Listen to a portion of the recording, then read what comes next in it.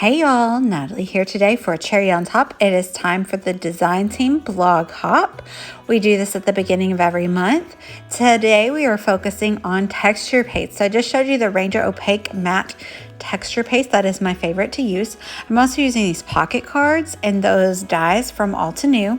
So now I'm just going to pick which stencil I want to use. I'm going to do like a grid layout, but one of my grid portions, or a couple of my grid portions, are going to be texture paste.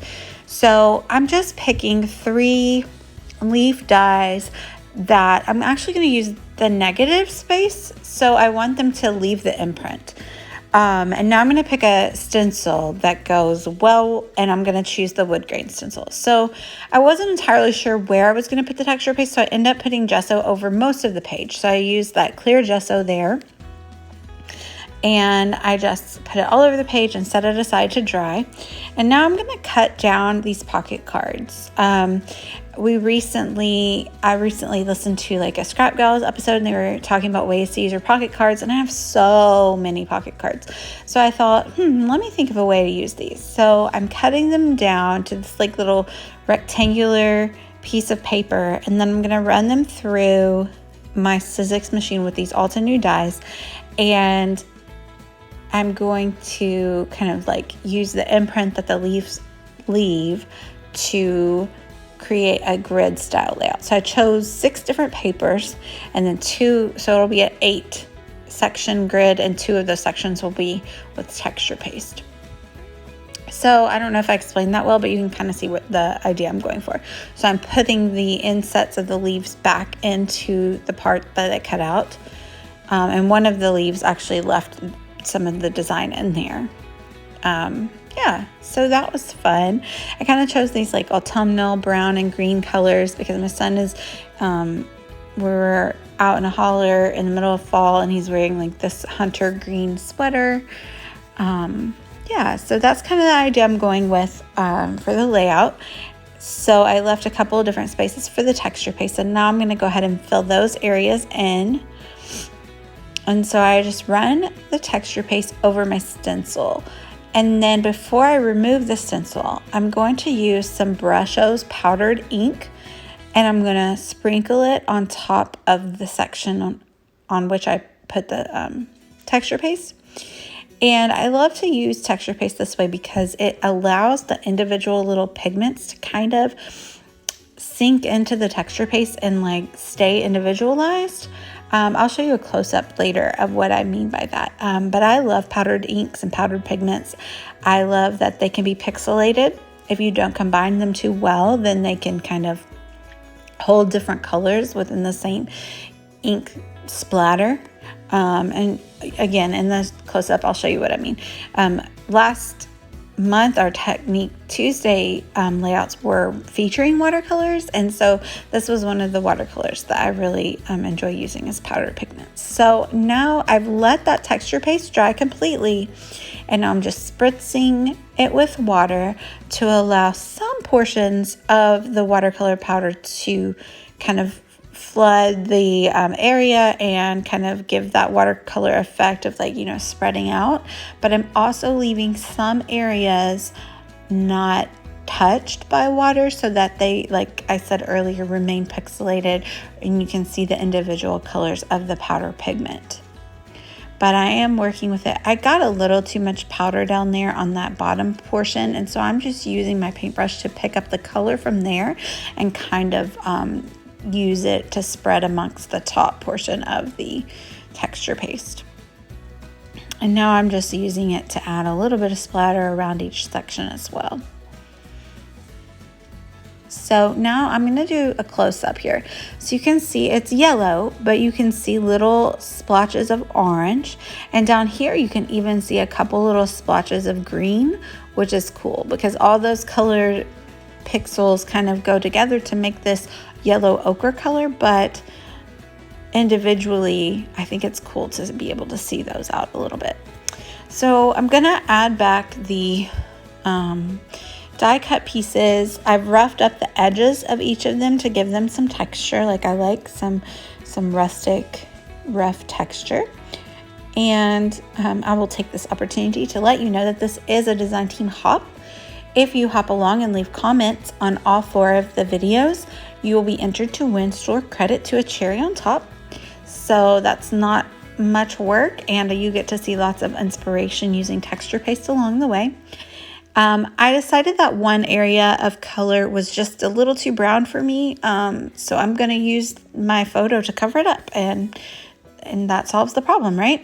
So I'm using my T-square ruler just to make sure that I get these grid pieces down equal distance from the side or the top and the bottom margin of the page.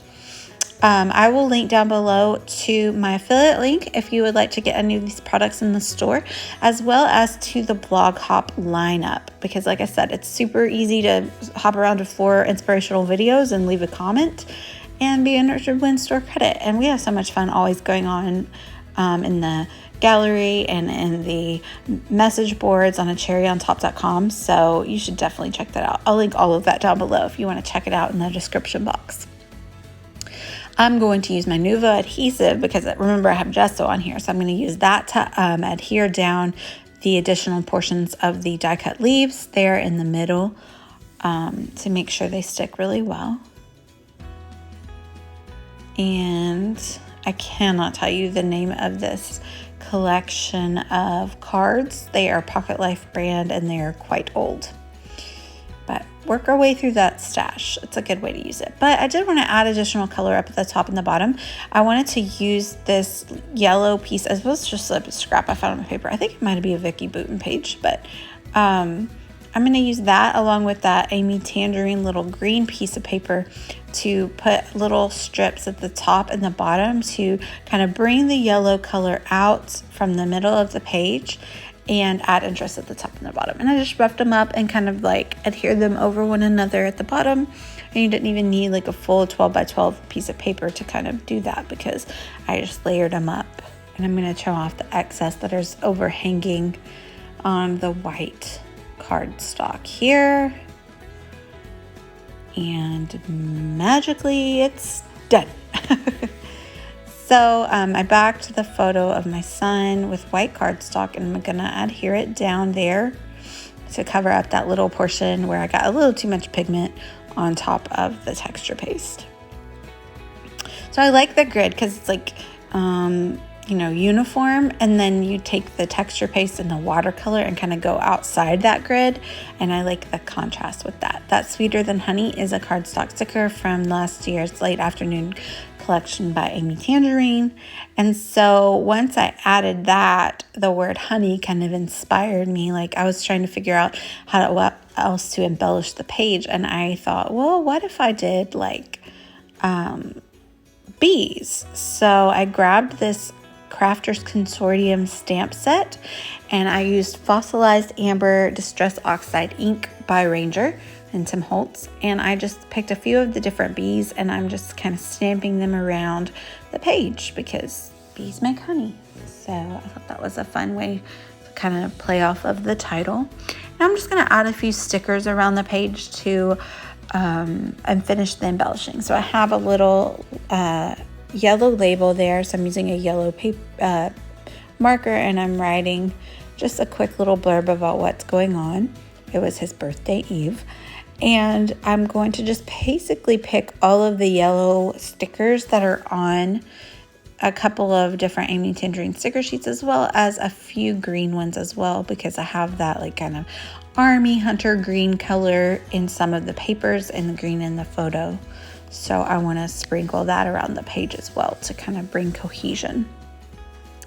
So I didn't really discriminate. I picked flowers, I picked fruit, and a few leaves as well to sprinkle around the page and kind of just get that color layered up in there. I like to layer it near the stamped images. I like to just make sure that everything kind of has a little sprinkle of fun around the page so that it's aesthetically pleasing.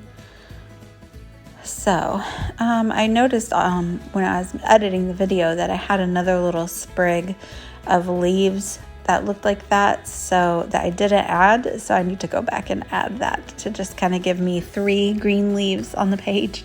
I like to use that rule of 3. But that's about it. So check out all those links I talked about down below. Make sure to hop along with the hop and enter for your chance to win store credit. And I'll put my affiliate link down below if you want to shop. Thanks for watching, y'all. Bye.